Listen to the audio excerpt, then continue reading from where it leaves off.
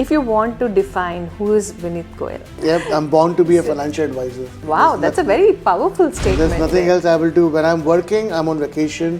When I'm on vacation, I'm stressed out. Earlier, very young in the times, right? We all have dreams and aspirations. We all come here with a big American dream. I also came with 2 suitcases like everybody else. You know, I came in 2000 in this country to do my MBA from California State. How far did you come in that American dream, and how soon did you achieve that? Within 1 or 2 years, I was pretty successful in my own terms, and I measured success at that time that I could lease a $500 a BMW 5 Series. I do feel hopeless once in a while, but I never sleep hopeless. My philosophy in life is that you should always have a plan A, and the plan B is never forget your plan A. Why are you focused on a particular sector of financial advisor? Financial advisor can be financial advisor for many sectors of people, but you have chosen to be an advisor to a particular sector. Why is that? I will not be able to do justice, with them and with my time. So I'm very focused in what I present to the clients, which is mostly applicable to affluent families. And that's where I excel. Did you ever not feel like, how long will I keep doing this?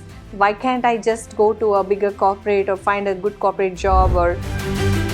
So I have zero fear of rejection. That doesn't mean I'm blunt and I'm stupid. So in your experience, tell me, how do the high net worth or ultra high net worth individuals think differently about money than maybe we can say high income people, high income families? They just focus on making more money.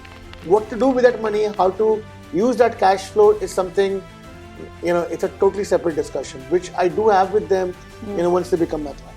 We are not in India where your assets will go to your kids or your next generation by itself, automatically. Most people think wealth is about how much you earn, but the truly wealthy think in terms of structure, leverage, and long-term control. Today's guest is someone who lives in that world every single day. Vineet Goyal, licensed financial advisor, founder and managing partner of Kuorum Partners, where he works with high net worth individuals and entrepreneurs on advanced capital strategies, including premium financing, legacy planning, and balance sheet optimization. He deals with lots of high net worth and ultra high net worth individuals and business owners for advanced tax planning, wealth creation, opportunities, and passive alternate investments. He's an expert in bank-funded premium finance of life insurance strategy for estate planning, and he's an expert on retirement planning as well. In this conversation, we are unpacking how sophisticated families actually think about money, why leverage is misunderstood, where people get it wrong, and how wealth strategies change once you move from accumulation to preservation and legacy. If you are an entrepreneur, an investor, or an advisor who wants to understand how capital really works at higher levels, this episode is for you. Let's welcome Vineet Goyal. So hello Vineet ji, how are you doing? Good, how are you? I am doing great, and thank you so much for giving us your time. Let's begin this conversation with, if you want to define who is Vineet Goyal, how do you say it in just one simple sentence? He's a passionate human being who loves to manage other people's finances. Wow, nice. That is awesome. Yep, I'm born to be a financial advisor. You're born to be a financial advisor. Wow, that's a very powerful statement. There's nothing else I will do. When I'm working, I'm on vacation. When I'm on vacation, I'm stressed out. So. Yeah, when you're working, you're on vacation. That's an interesting take. Let's dig deeper into these, thought processes that you have. So in my research, I came to know, and in my conversation with you, I came to know a little bit more about you and your little personal side of you. What I felt was there is only few people in life who know exactly where they are going in future. Like, earlier, very young in the times, right? We all have dreams and aspirations. We all come here with a big American dream. But then only few of us are able to see that vision कि 10 साल के बाद where will I be, 20 साल के बाद where will I be type of a thing. So what I gathered from our conversation and my research is you already knew where you were going to go. Is that right to say? Partly. Once I started my career in New York and started doing what I was doing, and at that time I was a financial advisor out of necessity. But when I became good at it and I had some experience, at that point I knew that this is it. I don't need to look for anything else. I just need to excel in what I do. So were you like a very focused kind of a person, or were you like, taking things one step at a time as life was throwing?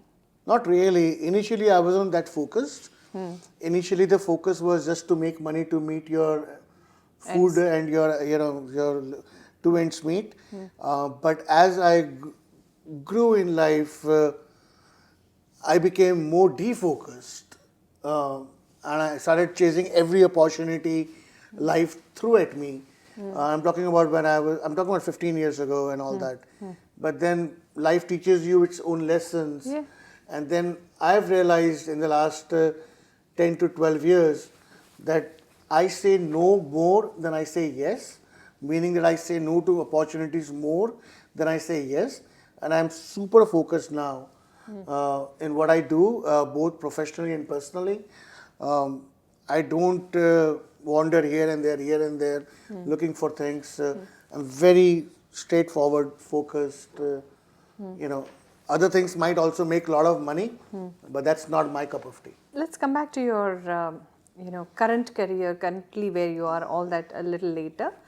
So, can you tell me, you also came here with the big American dream, that dream, you knew that whenever you were studying in India, you said that you knew that that's not where I belong.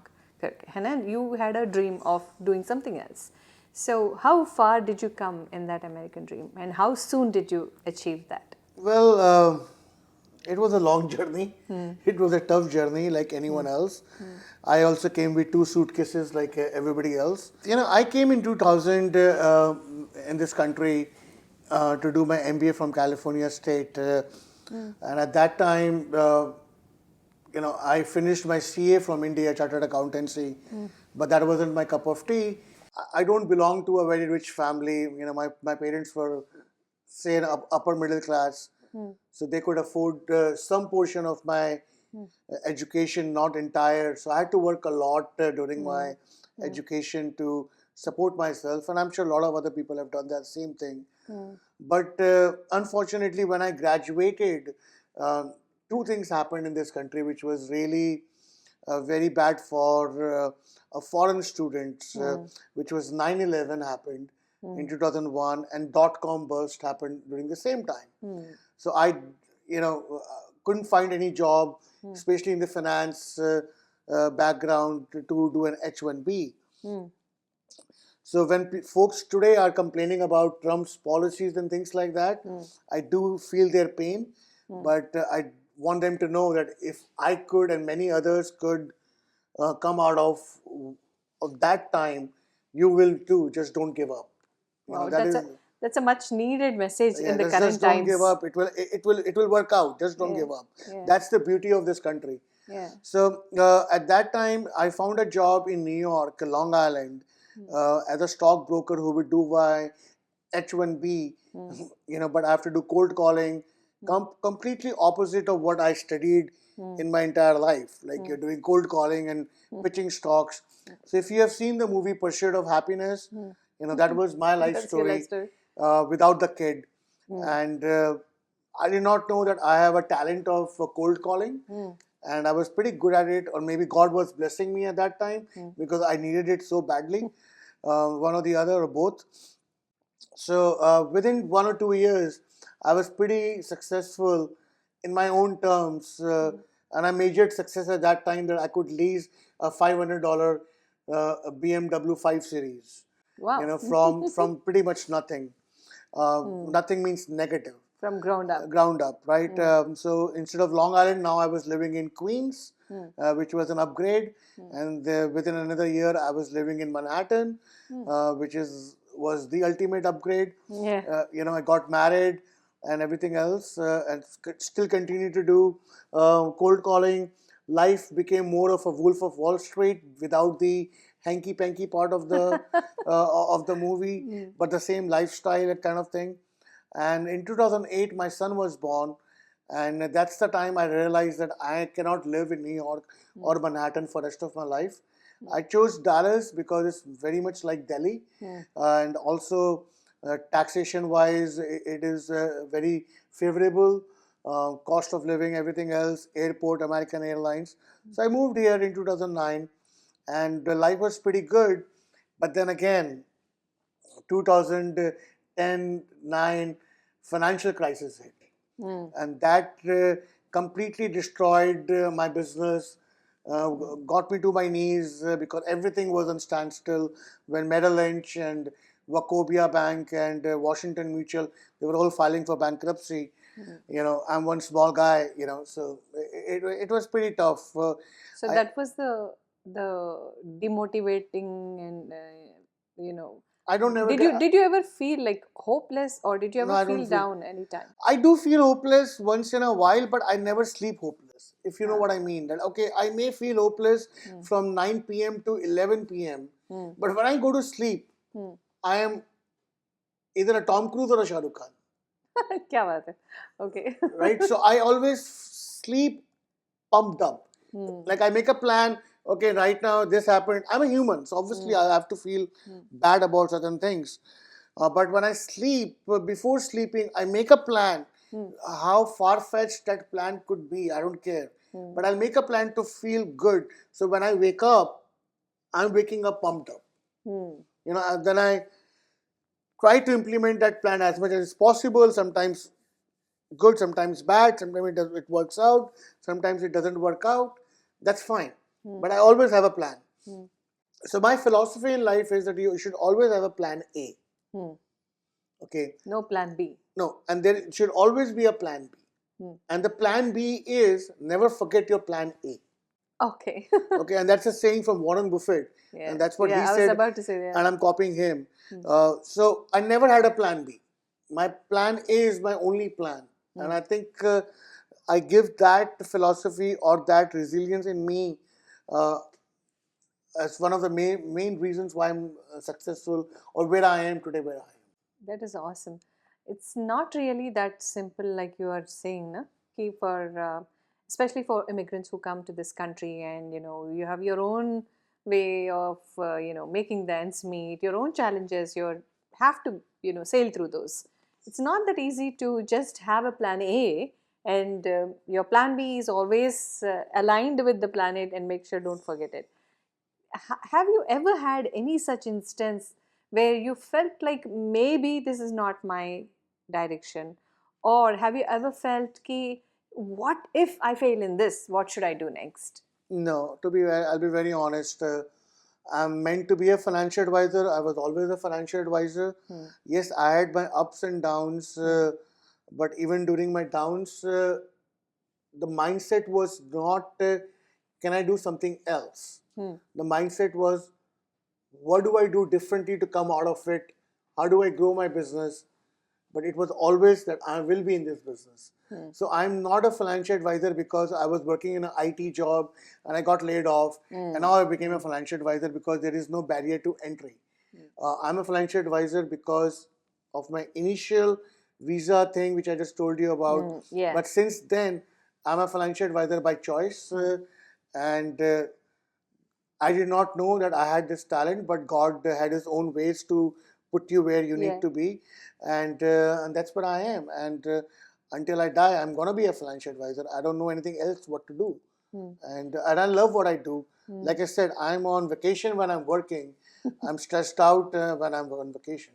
How is that? Can we talk a little about how are you on vacation when you're working? When I'm on vacation, I'm literally scrolling my phone. Who do I call? Who do Whoa, I call? that I can understand. Who do I call? Who do I call? And talk about their finances and all that. But when I'm working, I'm totally at peace. Like it gives me so much happiness talking to people, figuring out their expenses, their income, their financial situation, helping them in any which way I could. That gives me the most satisfaction in life.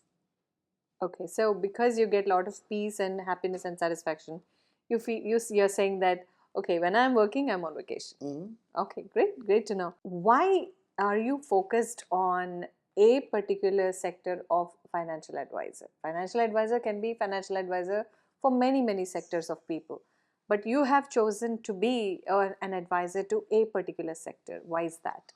So I'm a financial advisor. See, I have a limitation of I only have so many hours in my day, right? So I want to help as many people as I could. But from a business perspective, I want to deal with the high net worth individuals because that's where most of my services applies. I've been from the very beginning very focused that I will focus on high net worth individuals or ultra high net worth families instead of masses. That's why you will not see me in any radio, but that will may change now, so that because I know you. But I hope so. So I am not in the masses game because I will not be able to do justice, with them and with my time. So I'm very focused in what I present to the clients, which is mostly applicable to affluent families. And that's where I excel. So what's the drive there? What is the drive? Are you challenged by the situations that they provide to you, or are you challenged by anything else? It's both. Every So I've been doing this for now more than 2 decades. There isn't a question which is been asked. It's not been asked to me, which means that I know what you're going to ask me. Uh, I've dealt with more than 5,000 families in my life. So there is what you're getting into, right? It's just that you don't show that when you meet a client right up front because you want them to ask those questions. But I already know that if you're 55-year-old, these are the life problems you are having, or these are the questions you're going to have. If you're 40-year-old, I know exactly that these are the things you're having. And if you don't listen to me or somebody like me, then at 50 you're going to have some problems. It's just like a doctor, right? They know. So knowing that background about a client and then helping them achieving their goals, achieving their objectives, that gives me a great satisfaction that they are sleeping well, knowing that Vineet Goyal is working. If that makes sense. Yeah, absolutely. So, just taking a step back to your earlier, younger days, right? You mentioned about working in New York. You did your MBA. You did first of all, you did your chartered accountancy in India, and then you did MBA. And then you started off as a stockbroker and doing cold calls, right? You mentioned that you've done it for a pretty long time. Did you ever not feel like, oh, kab tak, how long will I keep doing this? Why can't I just go to a bigger corporate or find a good corporate job or, something in the financial sector, So, perhaps? when you're in 20s, you don't know that you're an entrepreneur and you don't like to take instructions, or you're not meant for a corporate world. Yeah. So I did not know that, but somewhere deep inside my soul knew that, right? Yes, absolutely. That's why I'm So asking. I was enjoying it. Yeah. I was really enjoying it. It's like when you get a client on a cold calling, it's like having an orgasm. Literally. Like it's such a feeling that, man, I got one. So I really enjoyed it. But then they reached a point in life, in career, in business, where I did not need to do all of that. I had enough client base, and the referrals from that client base was keeping me busy enough, and my traveling and all that cold calling wasn't required. But whatever I am today, I actually give cold calling a lot of credit because it made me what I am today.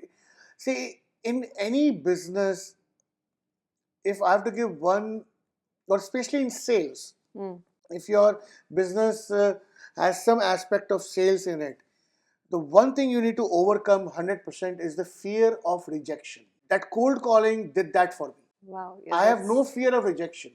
I can go anywhere, any place, talk to anybody. What is the worst that could happen to me? He's going to say, no, I'm not interested, or I don't want to talk to you. I'm okay with that. So I have zero fear of rejection. That doesn't mean I'm blunt and I'm stupid, but I have zero fear of rejection. And that's, I think... So the fear of failure, fear of rejection, and you're feeling very egoistic or taking things too personally, all these things probably should be kept in the back burner when you're 100%. in this, right? And not just probably for cold And that's calling. also a secret of good marriage. Probably. And I'll park the marriage question for some other day in some other context perhaps. So in your experience, tell me, how do the high net worth or ultra high net worth individuals think differently about money than maybe we can say high income people, high income families? They don't. I think the very high net worth individuals are more concerned about preserving their wealth rather than growing at a rate of say 10 or 20%. And a level below that are more focused on growing their wealth at a higher rate of return, whether it's because they want to reach that ultra high net worth status. But both the categories are missing one thing, that making money is one thing, managing it in a form of cash flow. I'm a Baniya, I'm a Jain, or a Marwadi. One thing comes very naturally to us. How do you manage cash flow? So even during my very low phases of life in New York and in Dallas when I moved in 2009-10 when financial crisis happened, I never borrowed money from anybody.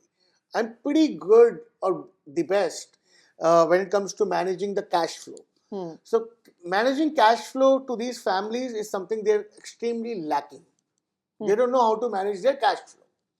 Like how much money is going towards vacation or to shopping or to household expenses, to education. They're living their life like this. They just focus on making more money. What to do with that money, how to use that cash flow is something, it's a totally separate discussion, which I do have with them, once they become my client. I see. So if we take a set of people, what are the 3 things that you want to tell them at a phase where they're actually focused on just making money, just like you were talking about? What are the 3 premium things that they should consider when they are really having a lot of income? Tax planning, number 1. How do you invest in a way where when you retire, how do you replace your income through your investments? Because at one day you will retire or something will happen to you, but your family needs will continue. And third is the estate planning. We are not in India where your assets will go to your kids or your next generation by itself automatically. There are a lot of laws which prohibits or which will come in between from that occurrence. So to prevent from that, you need to do your estate planning. Make sure you have enough life insurance, to cover the estate taxes if you fall in that category. And even if you don't, you understand life insurance, you understand estate planning completely, and see if that something fits your need. So these are the 3 categories. Again, I'm going to repeat: the tax, the income, and the estate planning. And how do you redirect it? So about the life insurance, right? Many people have a lot of misconceptions. I'm sure you must have come across people in your whole career who might be like under one impression about life insurance policies, the premiums especially. What do you have to say about that to people, like on the top? See, I give you one example. I may not be answering your question 100%, but I give you a live example.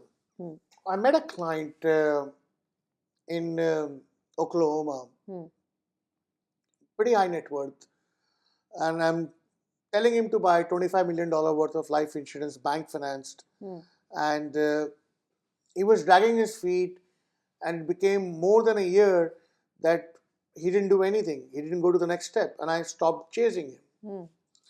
And one day he called me that, Vineet, when can you come to Tulsa? I need to meet you. I'm like, what happened? He's like, I need to start the process, I need to finish it. I'm like, okay. So it was a big deal. So I drove to Tulsa to meet with him. And I asked him, why now? What happened? He's like, Vineet, I was flying on a small charter plane with my wife and my daughter, and the plane dropped 10 or 15,000 feet in 5-6 seconds, and we all thought we were going to die.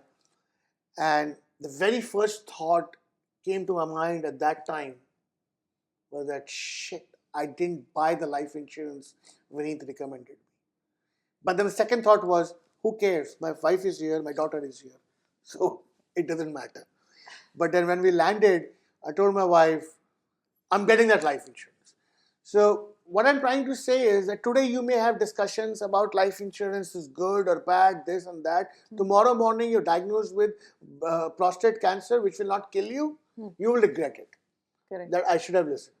So tomorrow if you have a stroke and now you're uninsurable for the rest of your life, the whole discussion whether life insurance is good or bad, I should get it or not get it, which one should I get it, or this advisor is good or bad, will all go into sleep, knowing that now you don't even have a choice of getting the life insurance. Yeah.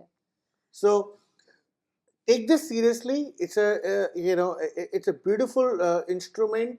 I think you just take it seriously, whether it's required for your family or not. In India, right, we typically have a way of life for things like life insurance, estate planning. All these things are very much, secondary or third things that you want to think about. So even though we come here, our life is all here. Our tendency of thinking is definitely aligned with that part. You felt that any time?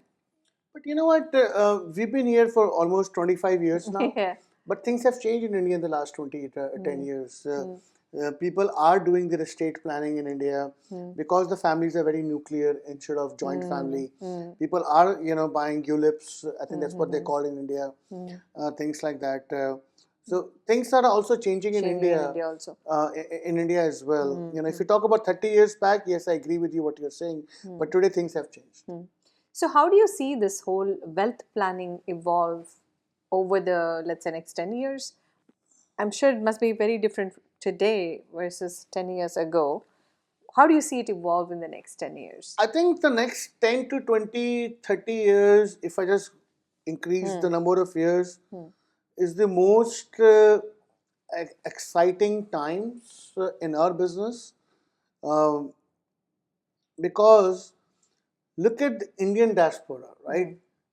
Majority of them are pretty high net worth compared to the rest of the country. And we are frugal by nature, which means that we don't spend all our money on ourselves. We always want to leave a lot of legacy. Yeah. Correct? Yeah. Now think let's just take you as an example. Your family, how much wealth you gonna end up giving to your daughter and son when you pass away, right? It will be a significant chunk because you're not gonna ever spend all your money. So Indian community or the South Asian community, they're gonna end up giving so much money to their next generation. Is mind-boggling. It's in trillions of dollars. And the next generation is not as money-minded as we are because we came with 2 suitcases with the only objective of making a better living. Yeah. And our next generation is born and brought up with a silver spoon. So they are more passionate about what they want to do rather than just focusing where the next dollar will come from. Correct, right? Correct. So who's going to manage all that money? You're looking at it. Yeah, that's why I'm looking at you. So that's what I tell my son. If you join me after you pay your dues, you're sitting on a gold mine. So that's what I see the financial advisory. That is a huge need of advice or advisors needed for the next generation of Indians, so South Asians, who's going to inherit so much wealth. Who's going to advise those? So who also knows the culture, because in financial advice, culture plays a very big role. What's the culture for some Chinese may not be the culture for us in terms of how you manage money. Yeah. So culture plays a very big role. It's not a cookie cutter solution for every human being. Cultural things back home, religious beliefs and things like that plays a big role. Yeah, absolutely. When it comes to the overall holistic advice. Just taking a pause on the financial matters and advisory matters, what is your take about anybody in any which field making mistakes in life, and what do you think the younger generation should be looking at failures as? I think failures, in my opinion, are the blessings, as long as you don't give up. And the more the mistakes you do in the initial phase of your life, whether it's professional or personal or whatever, the better it is if you don't give up. If you give up, then it's the end of the story. I mean, that's Pointless it. then. Then it's done. I had a lot of failures in the beginning part of my career, both personal and professional. I learned from my mistakes, and today I am where I am. So I think failure plays a very big role in your life in a positive way. God is trying to teach you some lessons in a hard way. He's testing you, but as long as you don't give up, you'll be okay. That's a very good point there. Yeah, I totally agree with that point. So, coming back to your clients, the kind of clients you might be having easy to deal with clients and some complex clients, and however that is. How do the traditional financial advice models versus whatever the modern world must be teaching? We don't know. I mean, I personally do not know how much of an evaluation that is. So how do they impact those clients depending on the complexity? See, it's a complex situation for a client, not for me. Think of me as a specialist doctor. I'm doing it for more than 22 years now, right? So I know pretty much any and every question the clients may or may not have. And so it's more about listening to the client than telling him what to do, because he just wants to vent out. That's number one. The solutions are only 5 or 6 or 7 or 10. There is not a zillion solution to the problem. It's just that they need somebody who can listen to them, understand their situation, and come up with a plan. The plans are only those 6, 7, 10 plans. Yeah, so just out of those, you have to choose the right one for them. Yeah, right one. But it's a lot of patience is what is required, right? When you're dealing with travel. When you're dealing with somebody's health and money, which is the most important two things, right? Their life and their money. I deal with their money. So I have to be patient with them. I know he's going to do what I'm telling him to do. Correct. He may just take 6 more months. That's fine. I'm not going anywhere. He's not going anywhere. So it's fine. So let's put a little philosophical touch to your whole journey. Since you've mentioned that you're like a doctor on the other side of the spectrum, right? So you must have worked with so many wealthy people. You must have worked with different kind of people, right? So has anything taught you anything about money and happiness differently than what you already know in life? No, I think a lot of things which I implement in my own life in terms of money and happiness, I've learned from my clients, to be honest with you. More so what not to do, like how not to be unhappy. Because I have seen a lot of clients making a lot of money, having a great cash flow, but somehow they don't seem to have enough time for themselves or for their kids or for their happiness, for vacations and things like that. And I learned that, okay, I do not want to be this. I do not want to be that. I do not want to be that. So it's a process of elimination I've done, meeting with so many people. Like I said in the little while ago, making money is important, very important. Preserving money is also very important. But managing your cash flow is the most important, because what you have today is today. If you're not managing your cash flow today nicely, and you're just worried about your future, even though you're in the 0.01% of America, then something is wrong with you. You may have a $10, $20 million worth of net worth, but you don't have a cash flow to take a vacation. What good is that net worth? Something is wrong. So I try to educate clients on that cash flow is also very important, because this time of yours will not come back. Hmm. This. So yeah, it's a journey. Every client and me, we take together, kind of a thing. Hmm. So, what is that one piece of advice you would like to give to someone like me in their 40s, 50s, and successful or not so successful entrepreneurs, everybody? What is one piece of advice you want to give them? Just chase your dream and don't give up. Okay. Just don't give up and don't. Uh, Even if you're, there was a dialogue from Pursuit of Happiness. Will Smith tells his son that even if I'm telling you to give up your dream, don't listen to me. Mhm. So if you have a dream, preserve it and go for it. Very well. Thank you so much. So, one more question. You were talking about legacy earlier. Mhm. You know how we want to give set a legacy for our children and all that. So, put to you, what does legacy mean personally, not financially, but what does it mean, like as a human being? I never thought of that. To me, the legacy means like I have a foundation, charity foundation. I want that foundation to continue even when I'm gone, Hmm. through my kids and my grandkids and things like that. Hmm. You know, to me, the legacy means whatever I know, I can teach to my kids and other kids, not only just my kids, and they continue to live. Uh, what to me legacy means that my son doesn't do the same mistakes which I have done.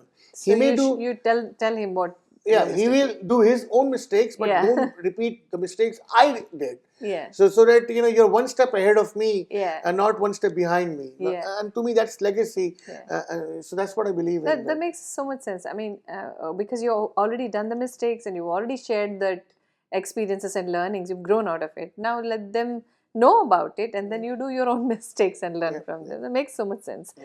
So, what is it that you want to tell people before we go to our quick rapid fire?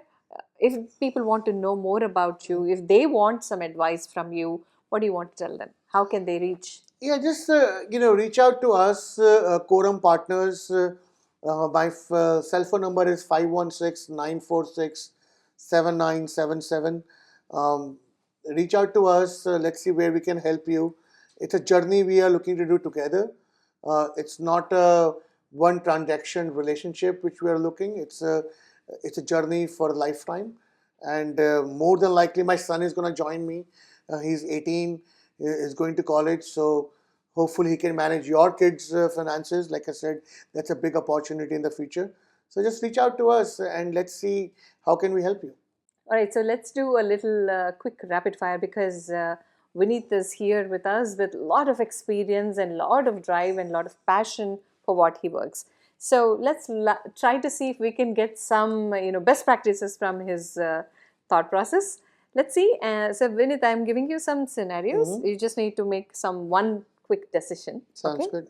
And so first scenario is revenue is flat, brand recall is weak, and marketing costs are rising. That's the scene.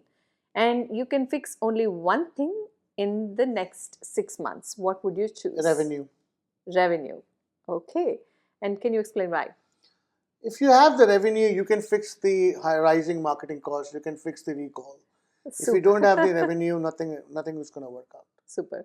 Okay.